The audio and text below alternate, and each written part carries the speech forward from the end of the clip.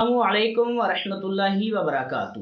سوال کیا گیا ہے کہ اگر کسی نے پیتل یا لوہے کا کڑا پہنا تو کیا اس کا یہ پہننا جائز ہے، اور اگر اس نے کڑا پہن کر نماز پڑھی تو کیا اس کی نماز ہو جائے گی؟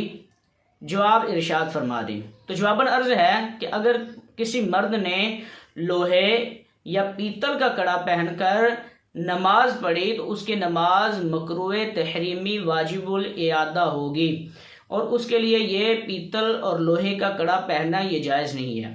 وجہ اس کی یہ ہے کہ کریم آقا صلی اللہ تعالیٰ علیہ وسلم نے مرد پر زیورات کو حرام فرمایا ہے، بلکہ پیتل کے بارے میں تو مسند احمد کی روایت بھی موجود ہے کہ ایک شخص سرکار علیہ الصلوۃ والسلام کی بارگاہ میں حاضر ہوا اور اس نے اپنے ہاتھ میں پیتل کا کڑا پہنا ہوا تھا۔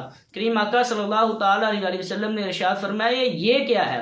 ارشاد فرمایا یہ واہنہ کی وجہ سے، واہنہ ایک بیماری کا نام ہے۔ تو سرکار علیہ الصلوۃ والسلام سے عرض کی یا رسول اللہ صلی اللہ تعالیٰ علیہ وسلم یہ کسی بیماری کی وجہ سے میں نے پہنا ہوا ہے۔